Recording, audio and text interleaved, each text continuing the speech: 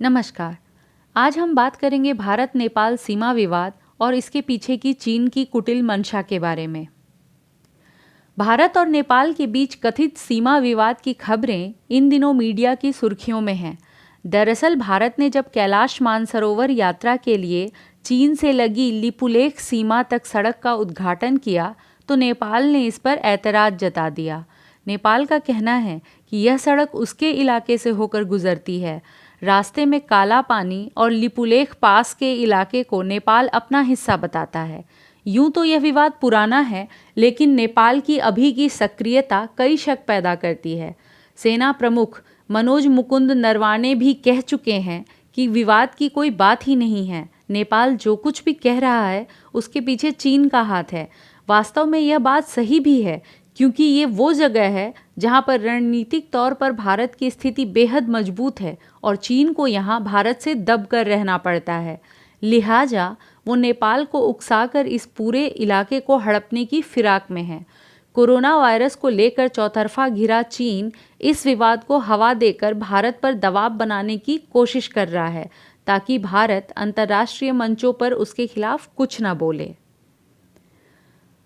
वास्तव में यह किसी विवाद से ज़्यादा सीमा तय करने को लेकर एक तकनीकी पेच है। उत्तराखंड से लगी नेपाल की सीमा यहाँ बहने वाली महाकाली नदी से तय होती है। नदी के पश्चिमी तरफ भारत है और पूर्वी तरफ नेपाल। नक्शे में आप देखेंगे तो पता चलेगा कि विवाद की शुरुआत काला पानी नाम की जगह से होती है, जिसे महाकाली नदी के उद्गम स्थल के तौर पर भी जाना जाता है। लेकिन यह उद्गम सिर्फ गर्मियों के 6 महीने ही रहता है। बाकी सर्दियों के 6 महीने नदी का उद्गम पूरब में नेपाल के अंदर हो जाता है। चूँकि यह नदी ही दोनों के बीच की सीमा के तौर पर तय है, इसलिए इसके बहाव में होने वाला यह बदलाव विवाद को पैदा करता है।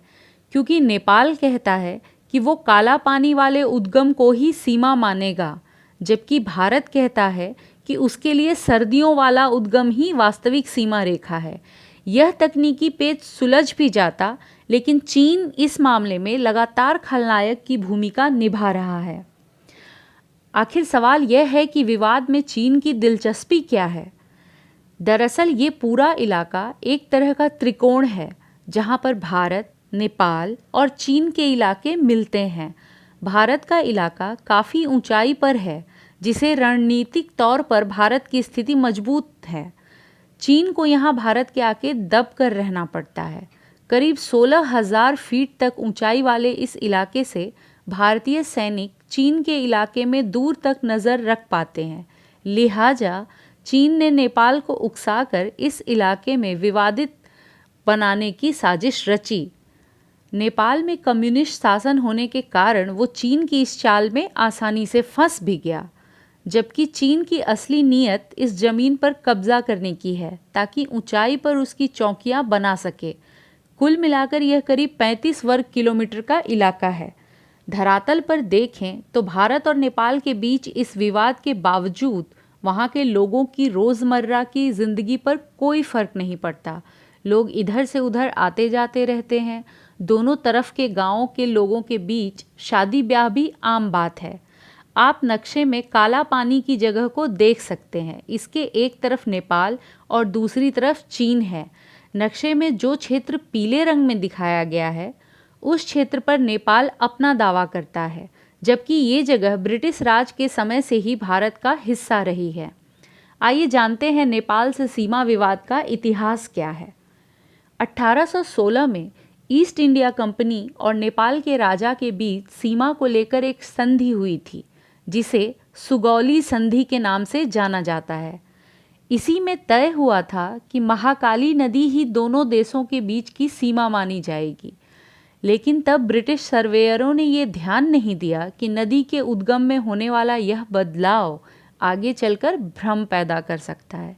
यही कारण था कि नेपाल और भारत के बीच 1827 और 1847 में आपस में शेयर किए गए नक्शों में भी फ़र्क है। काला पानी से लेकर लिपुलेख दर्रे तक का इलाका चीन से सुरक्षा के लिहाज में भारत के लिए महत्वपूर्ण है। इसलिए भारत ब्रिटिश राज के समय तय हुई संधि को मानता आया है। 1962 के युद्ध में पहली बार भारत को इस इलाके का महत्व समझ में आया। उसके बाद से यहाँ पर सेना और आईटीबीपी की तैनाती कर दी गई। 1997 में तब के प्रधानमंत्री इंद्र कुमार गुजराल ने अपने नेपाल दौरे में इस विवाद को स्वीकार कर लिया, जो कि इस मामले में भारत की सबसे बड़ी कूटनीतिक चूक थी। काला पानी और लिपुलेख पास के बीच नाबी ढांग नाम की जगह है, जहां से ओम पर्वत दिखाई देता है। ये पर्वत भारत के ही इलाके में है। नेपाल जिस जमीन पर दावा करता है, ये भी उसी में है। समस्या यह है कि चीन ने बीते कुछ साल में नेपाल के लोगों के बीच इसे भावनात्मक मुद्दा बना दिया है। नेपाल में नई पीढ़ी के कई लोग इसे भारत के धोखे के तौर पर देखते हैं। चीन के ही असर में वहाँ की मीडिया ने भी इस मामले को खूब तूल दिया। अब वहाँ की वामपंथी सरकार नए नक्शे को स्कूली पाठ्यक्रम में शामिल करने जा रही है। समझा जा सकता है कि इस सारे झमेले के पीछे की सच्चाई क्या है और असली खलनायक कौन है। धन्यवाद। इसी तरह की खबरों के लिए जुड़े रहिए हमारे चैनल से और इसे लाइक, शेयर और सब्सक्राइब ज़रूर करें।